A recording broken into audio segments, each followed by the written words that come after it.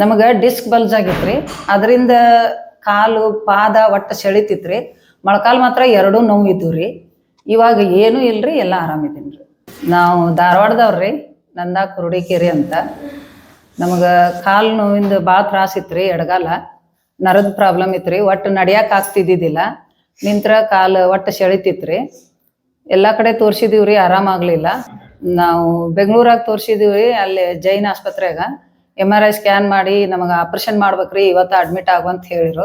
ನನಗೆ ಆಪ್ರೇಷನ್ ಮಾಡಿಸ್ಕೊಳಕ್ಕೆ ಇಷ್ಟ ಇಲ್ಲ ಅಂತ ನಾ ಹೊರಗೆ ಬಂದುಬಿಟ್ಟೆ. ಅಲ್ಲಿಂದ ಬಂದು ಧಾರವಾಡದಾಗ ತೋರಿಸಿದೆ ರೀ.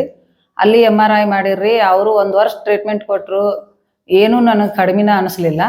ನಮ್ಮ ಅಣ್ಣಾರು ತೋರಿಸಿದ್ರಿ ಇಲ್ಲಿ ಮಾಲಿಂಗ್ಪುರದಾಗ ಸತೀಶ್ ವಾಸನ್ ಅಂತ ಆಸ್ಪತ್ರೆ. ಅಲ್ಲಿ ಆರಾಮಾಗೈತಿ, ಬಾ ತಂಗಿ ನೀನು ತೋರ್ಸಕ್ಕೆ ಅಂತಂದರು. ನಾನು ಬಂದು ಈಗ 15 ದಿನ ಟ್ರೀಟ್ಮೆಂಟ್ ತೊಗೊಂಡೆ ರೀ.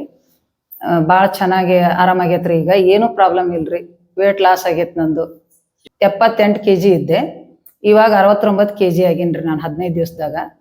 ನಾನು ಮೊಳಕಾಲು ನೋವು ಕಡಿಮೆ ಆಗ್ಯಾವ್ರಿ, ವೇಟ್ ಲಾಸ್ ಆಗೈತಿ, ಕಾಲೂ ಸೆಳ್ತಾ ಇಲ್ಲ, ಒಂದು ಟ್ಯಾಬ್ಲೆಟ್ ಇಲ್ಲ, ಬರೀ ಪಂಚಕರ್ಮದಿಂದನೇ ನಾ ಇಷ್ಟು ಆರಾಮಾಗೀನಿ ರೀ.